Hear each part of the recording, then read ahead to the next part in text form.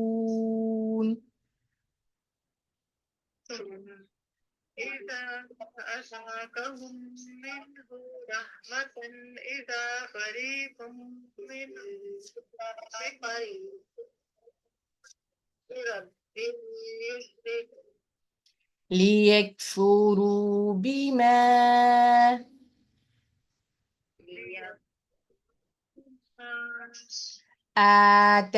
آتيناهم فتمتعوا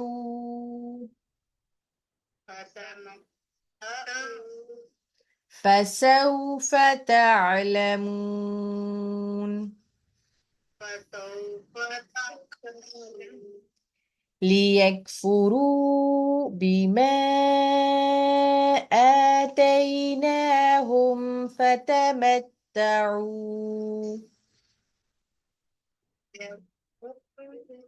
بما آتيناهم فتمتعوا فسوف تعلمون فسوف تعلمون أم أنزلنا أم أنزلنا عليهم سلطانا عليهم سلطان فهو فهو يتكلم يتكلم بما كانوا به بما قال به يشركون يشركون أم أنزلنا عليهم سلطانا فهو يتكلم بما كانوا به يشركون أم أنزلنا عليهم سلطانا فهو يتكلم به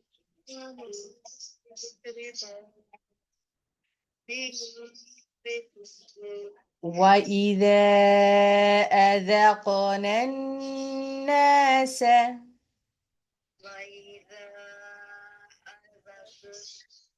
أذقنا الناس رحمة فرحوا بها رحمة فرحوا بها وإن تصبهم وإن تصيبهم سيئة بما سيئة بما قدمت أيديهم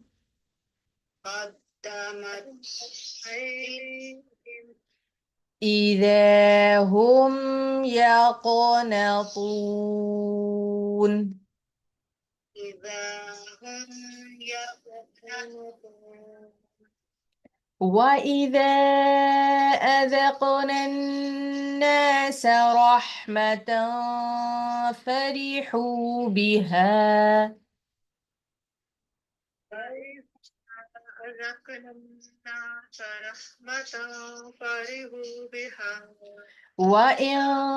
تصبهم سيئة بما قدمت أيديهم إذا هم يقنطون وإن تصيبهم سيئة بما قدمت أيديهم إذا هم يقنطون أولم يروا أولم يروا أن الله أن الله يبسط الرزق يبسط الرزق لمن يشاء لمن يشاء ويقدر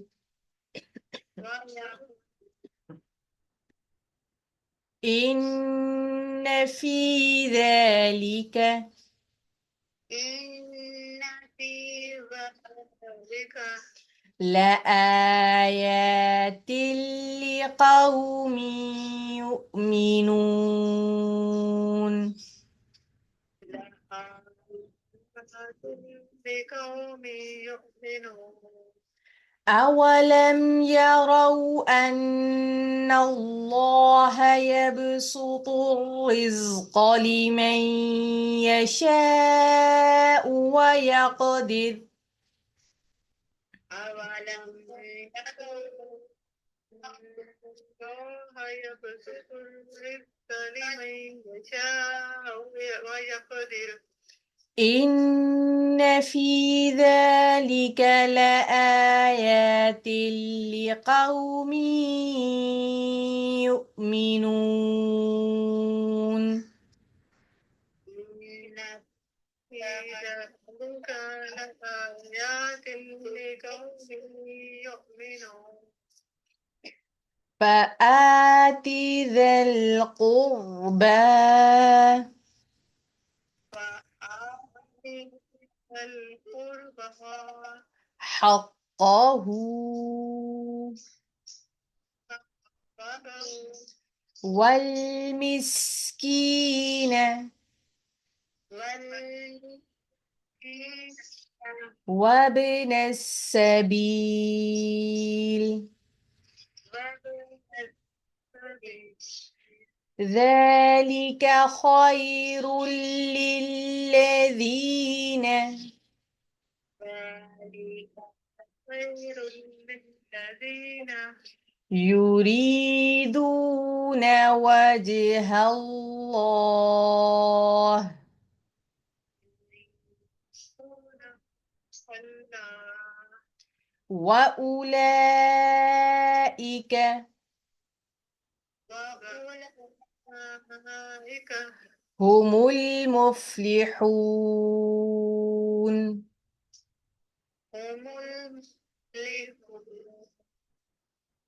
فآت ذا القربى حقه والمسكين وابن السبيل وآت القربى حقه والمسكين وابن السبيل ذلك خير للذين يريدون وجه الله ذلك خير للذين يريدون وجه الله وأولئك هم المفلحون. وأولئك هم المفلحون وما آتيتم من ربا ليربو وما آتيتم من ربا ليربو في أموال الناس في أموال الناس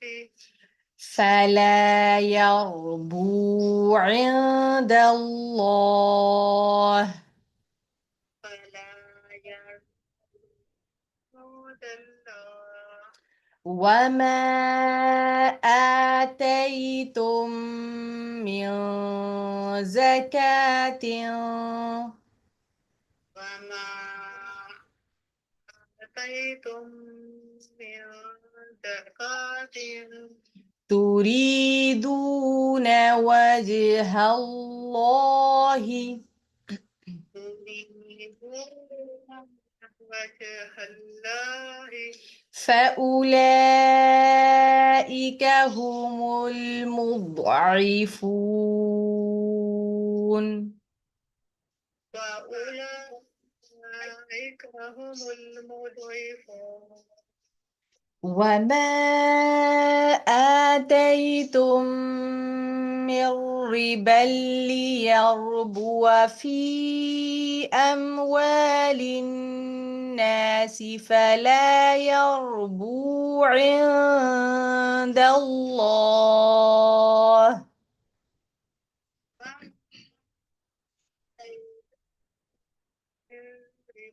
ربا ليربو في أموال الناس فلا يربو يعطى الله وما آتيتم من زكاة تريدون وجه الله فأولئك هم المضعفون.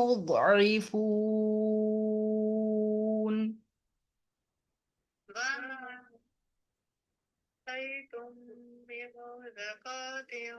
تريدون وجه الله فأولئك هم المضعفون الله الذي خلقكم الله الذي خلقكم ثم رزقكم ثم ثم يميتكم ثم يميتكم ثم يحييكم. ثم يحييكم هل من شركائكم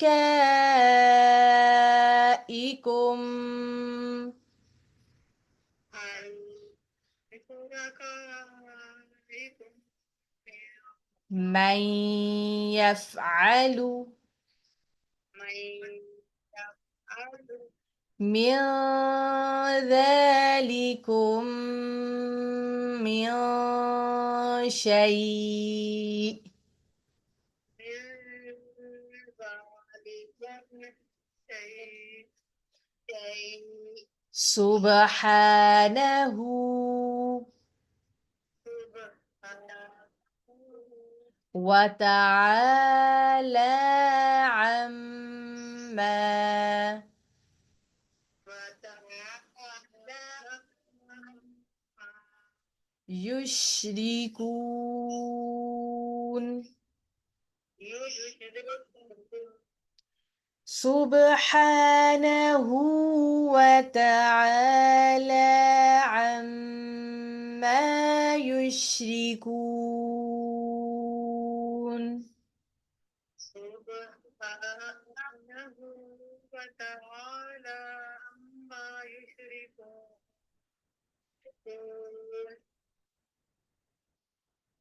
الله الذي خلقكم ثم رزقكم ثم يميتكم ثم يحييكم.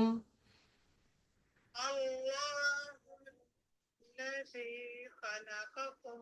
ثم رزقكم ثم يميتكم ثم يحييكم هل من شركائكم من يفعل من ذلكم من شيء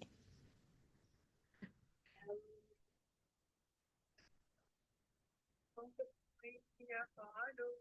من ذلكم من شيء سبحانه وتعالى عما يشركون. سبحانه وتعالى عما يشركون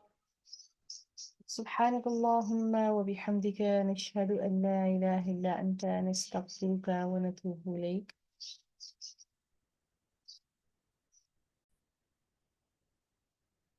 نحمده ونصلي على رسوله الكريم. أما بعد فأعوذ بالله من الشيطان الرجيم. بسم الله الرحمن الرحيم.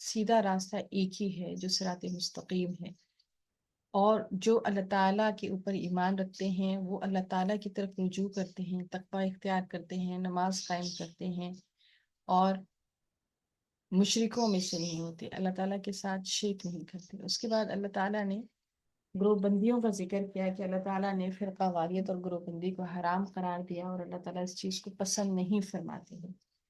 اب اس کے بعد انسان کا ایک اوور آل رویہ جو ہے وہ کیا ہوتا ہے، وہ اپنے رب کے اوپر کتنا توکل اور ایمان رکھنے والا ہے، اور ڈفرینٹ سچویشنز کے اندر ایک جو مومن ہے اس کا کیسا رویہ ہونا چاہیے، اور ایک جو اللہ تعالیٰ کا نافرمان ہے، کم ایمان والا ہے، یا اللہ تعالیٰ کے اوپر بدگمانی کرنے والا ہے، اس کا کیا رویہ ہوتا ہے۔ تو ان رویوں کے بارے میں اللہ تعالیٰ بیان فرما رہے ہیں۔ اللہ تعالیٰ فرماتے ہیں کیونکہ اللہ تعالیٰ نے یہ زندگی کیوں پیدا کی ہے، اللہ تعالیٰ نے ایک ٹیسٹ کے لیے پیدا کی ہے۔ اس کے اندر انسان کی زندگی میں اپس اینڈ ڈاؤنز آتے رہتے ہیں، سرٹن سچویشنز انسان کی زندگی میں آتی ہیں جس سے اس کو واسطہ پڑتا ہے۔ ہر سچویشن کے اندر اس کا یہ فرض ہے کہ وہ اپنے رب کے دین پر قائم رہے اور صراط مستقیم کے اوپر قائم رہے، سچویشن کیسی بھی ہو اس نے اپنے رب کی فرما برداری سے پیچھے نہیں ہٹنا۔ یہاں پر اللہ تعالیٰ فرماتے ہیں وَإِذَا، اور جب مسا پہنچتی ہے انسان کو یا لوگوں کو، ضرور کوئی بھی تکلیف، دعاؤ پکارتے ہیں، ربہم اپنے رب کو، منیبین رجوع کرتے ہوئے، الیہ اسی کی طرف، ثم پھر، اذا جب، اذاقہم وہ چکھاتا ہے ان کو، منہ اپنی طرف سے، رحمتن رحمت، اذا تب، فریقاً ایک گروہ، منہم ان لوگوں میں سے، بربہم اپنے ہی رب کا، یشرکون شرک کرنے لگتے ہیں۔ یہ ہے رویہ ان لوگوں کا کہ جو اللہ تعالیٰ کے نافرمان ہیں اور کم عقل ہیں اور سمجھ بوجھ سے کام نہیں لیتے۔ یہ وہ لوگ ہیں جو اللہ تعالیٰ کے ساتھ شریک ٹھہراتے ہیں۔ جب انسان ایسی سچویشن کے اندر پڑ جاتا ہے جس کے اندر اس کو اللہ کے سوا کوئی نظر نہیں آتا جو اس کو اس مصیبت، اس تکلیف، اس پریشانی میں سے نکال سکے، تو وہ پوری یکسوئی کے ساتھ اپنے رب کی طرف متوجہ ہو جاتا ہے اور اپنے رب کی طرف رجوع کرتے ہوئے گڑ گڑاتا ہے، دعا مانگتا ہے، اور اس سے مانگتا ہے کہ اس کی زندگی میں آنے والی کوئی بھی تکلیف ہے، پریشانی ہے، مصیبت ہے، مشکل ہے، بیماری ہے، اس کو اللہ تعالیٰ اپنی رحمت سے دور فرما دے۔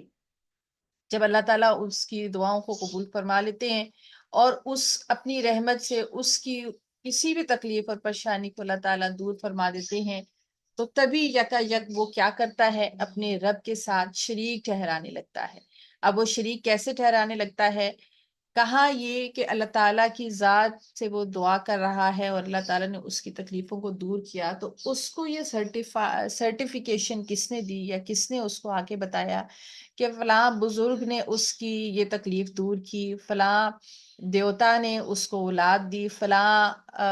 بت نے اس کو رزق عطا کیا، اس کے پاس یہ سورس آف انفارمیشن کہاں سے پہنچی؟ تو اگر اس کے پاس کوئی بھی سورس آف انفارمیشن اس کے پاس نہیں پہنچی، اس کے پاس کوئی دلیل ہی نہیں ہے کہ اس کی زندگی میں آنے والی جو تکلیف تھی اس کو دور کرنے والا اللہ کے سوا کوئی اور ہے، تو وہ کیسے اللہ کے سوا کسی اور کو شریک اللہ تعالیٰ کے ساتھ بنا سکتا ہے، اور جو اللہ تعالیٰ نے مصیبت دور کی اس کا ریوارڈ وہ کسی اور کو دے سکتا ہے یا کسی اور کا شکر گزار بن سکتا ہے کہ یہ اللہ نے نہیں کیا، یہ تو میرے فلاں بزرگ نے کیا، فلاں پیر نے کیا، فلاں بت نے کیا، یا دیوتا نے کیا، یا وٹسو ایور، جس کو بھی وہ اللہ تعالیٰ کے ساتھ شریک ٹھہراتے ہیں، اس کے اوپر ان کے پاس کوئی دلیل نہیں ہے، کوئی علم نہیں ہے، کسی بھی قسم کی ان کے پاس سورس آف انفارمیشن نہیں ہے، تو وہ کیسے یہ اس طرح کا ظلم اور زیادتی کر سکتے ہیں؟ لیکفرو، تاکہ وہ ناشکری کریں، بما اس کی جو آتیناہم ہم نے ان کو دیا، فتمتعوا پس فائدہ اٹھا لو، فسوفا پھر ان قریب تعلمون تم جان لو گے۔ تو یہاں پر اللہ تعالیٰ پھر فرماتے ہیں کہ اللہ تعالیٰ نے جو اس کے اوپر احسان کیا، اللہ تعالیٰ نے اس کے اوپر جو رحم کیا، اس کو نعمت عطا کی، تو اس کی وہ ناشکری کرتے ہیں جو اللہ تعالیٰ نے ان کو عطا کیا۔ تو اللہ تعالیٰ فرماتے ہیں تو پھر جو فائدہ میں نے تمہیں دیا اس کو اٹھا لو، ایک وقت مقررہ تک اس چیز سے فائدہ اٹھا لو، عنقریب تم جان لو گے کہ یہ تکلیف ہٹانے والا کون تھا، نعمتیں دینے والا کون تھا، مشکلات پریشانیوں اور مصیبتوں میں سہارا بننے والا کون تھا، اور تم نے پھر اسی رب کے ساتھ دوسروں کو ایسوسیٹ کیا، تو پھر اب تم جان لو گے کہ اس ناشکری کا انجام کیا ہونے والا ہے۔ کیا انزلنا نازل کی ہم نے علیہ اس پر سلطان کوئی دلیل، فہوا پس وہ یتکلم وہ بتاتی ہے، بما اس چیز کو جو کانو وہ ہیں بھی ساتھ اس کے یشرکون وہ شریک ٹھہراتے۔ جیسے کہ پیچھے بھی تذکرہ کیا کہ اللہ تعالیٰ فرماتے ہیں کہ اللہ تعالیٰ کے سامنے وہ گر گرایا، اللہ تعالیٰ سے اس نے التجائیں کی، دعائیں کی، اللہ تعالیٰ نے مقبول کیا، تو اس نے وہ جو حق تھا اللہ تعالیٰ کا، جو شکر گزاری کا حق تھا، جو اپنے رب کی فرما برداری کا حق تھا، وہ اس نے اٹھا کر کسی اور کو دے دیا، کسی اور کو شریک بنا دیا کہ اس نے فلاں اور فلاں کی وجہ سے یہ سب کچھ ہوا۔ تو اللہ تعالیٰ فرماتے ہیں کیا اس کے اوپر کوئی ایسی دلیل نازل ہوئی، کیا اس کے پاس کوئی ایسا ثبوت آیا کہ جس کی وجہ سے اس نے جو اس کو یہ بتاتی تھی کہ یہ کام فلاں کی وجہ سے ہوا ہے، فلاں نے یہ کام کر کے دیا ہے، کیا کوئی دلیل اس کے پاس، کوئی سند اس کے پاس اس چیز کی ہے جس کی وجہ سے وہ اللہ تعالیٰ کے ساتھ دوسروں کو شریک ٹھہرا رہے ہیں؟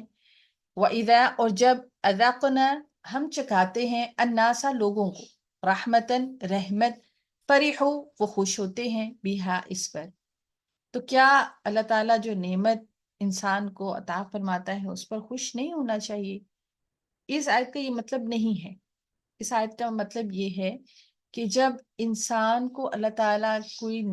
اپنی رحمت سے کوئی بھی خوشی دیتا ہے، کسی بھی قسم کی آسانی دیتا ہے، یا مال میں وسعت دیتا ہے، نعمتوں کی فرمانی دیتا ہے، تو وہ اترانے لگتے ہیں، وہ غرور اور تکبر کرنے لگتے ہیں، وہ آپے سے باہر ہو جاتے ہیں۔ تو یہ چیز اللہ تعالیٰ سخت ناپسند کرتے ہیں کہ جب اللہ تعالیٰ کوئی رحمت عطا فرمائے، کوئی خوشی عطا فرمائے، تو اس پر اترانا نہیں چاہیے، اس پر آپے سے باہر نہیں ہونا چاہیے۔ تو بعض لوگوں کا رویہ یہ ہوتا ہے کہ خوشی کے آنے پر وہ اپنے رب کو ہی بھول جاتے ہیں، اور یہ بہت زیادہ دیکھنے میں آیا ہے کہ کسی اور کو خاطر میں لانا تو دور کی بات، وہ تو کسی کو بھی خاطر میں نہیں لاتے کہ اب تو ہم بہت زیادہ امیر کبیر ہو گئے ہیں، ہمارے پاس نعمتوں اور ان چیزوں کی فراوانی ہے، اب تو ہمارے جیسا کوئی رہا ہی نہیں اس دنیا میں، تو اپنے رب کو بھی وہ خاطر میں نہیں لاتے جس نے اس کو یہ ساری نعمتیں عطا کی۔ اترانے لگتا ہے، تکبر کرنے لگتا ہے، فخر کا شکار ہو جاتا ہے، دوسروں کو حقیر سمجھنے لگتا ہے۔ وَإِنْ اور اگر تو ہم پہنچاتے ہیں اس کو سیئتن کوئی برائی، بما بوجہ اس کے جو قدمت آگے بھیجی، ایدیہم ان کے ہاتھوں نے، اذا جب ہم یقنطون وہ نا امید ہو جاتے ہیں۔ پھر اسی کے ساتھ دوسرا رویہ کہ اللہ تعالیٰ نے تو یہ زندگی ٹیسٹ کے لیے دی ہے، جیسے اللہ تعالیٰ فرماتے ہیں الذی خلق الموت والحیات لیبلوکم ایکم احسن عملا۔ اللہ تعالیٰ نے تو زندگی اور موت کا سلسلہ شروع ہی اس وجہ سے کیا ہے تاکہ وہ یہ آزمائے، سرٹن سچویشنز میں انسان کو ڈال کے دیکھے کہ تم میں سے احسن عمل کون کرتا ہے، بہترین اور اچھا عمل ایک سرٹن سچویشن کے اندر کون کرتا ہے۔ تو جہاں پر وہ خوشی میں آپے سے باہر ہو جاتے ہیں، تو ایسے ہی جب انسان کو اللہ تعالیٰ کسی تکلیف میں ڈال دیتا ہے اور وہ تکلیف اس کے اپنے ہی برے اعمال کی وجہ سے اس کے اوپر مسلط ہوتی ہے، تو پھر وہ کیا کرتا ہے، وہ نا امید ہو جاتا ہے، وہ مایوس ہو جاتا ہے، اور وہ اپنے ہی رب کے ساتھ بدگمانی کرنے لگتا ہے، اپنے ہی رب کے ساتھ شکوے اور شکایات کرنے لگتا ہے، اور انتہائی مایوسی اور نا امیدی کا شکار ہو جاتا ہے۔ یہ وہ رویے ہیں جو اللہ تعالیٰ کو پسند نہیں ہے، کیونکہ خوشی کا ہونا یا دکھ کا ہونا، صحت کا ہونا یا بیماری کا ہونا، فراخی کا ہونا یا تنگ دستی کا ہونا، یہ سب اللہ تعالیٰ کی طرف سے صرف آزمائشیں ہیں، اور ان آزمائشوں کے اندر اللہ تعالیٰ یہ چاہتا ہے کہ انسان جب اس کو خوشی ملے تو اللہ تعالیٰ کا شکر گزار بندہ بنے اور نہایت فرما برداری کرے، اور اگر کوئی تکلیف پہنچ جاتی ہے تو صبر کے ساتھ کام لے، اور اس وقت بھی اللہ تعالیٰ کا شکر ادا کرے کہ یقیناً اللہ تعالیٰ نے اس تکلیف کے اندر بھی میرے لیے کوئی خیر ضرور پوشیدہ رکھی ہوئی ہے. جیسا کہ رسول اللہ صلی اللہ علیہ وآلہ وسلم فرماتے ہیں، ان کی حدیث کا مفہوم ہے کہ مومن کے لیے ہر لمحہ خیر ہی خیر ہے. اگر وہ اس کو کوئی نعمت پہنچتی ہے تو وہ شکر گزاری اختیار کرتا ہے اور اس کے لیے وہ خیر ہے، اور اگر اس کو کوئی کانٹا بھی چپ جاتا ہے تو اس کے عوض بھی اللہ تعالیٰ اس کا کوئی نہ کوئی گناہ معاف کر دیتے ہیں. اس طرح سے انسان کی زندگی کے اندر آنے والے جو بھی حوادث ہوتے ہیں وہ تو اس کے لیے اللہ کی طرف سے کسی نہ کسی روپ میں اس کے لیے خیر و برکت کا، اس کی اللہ تعالیٰ کی طرف سے رحمت کا سبب ہوتے ہیں. تو اسے اپنے رب کے ساتھ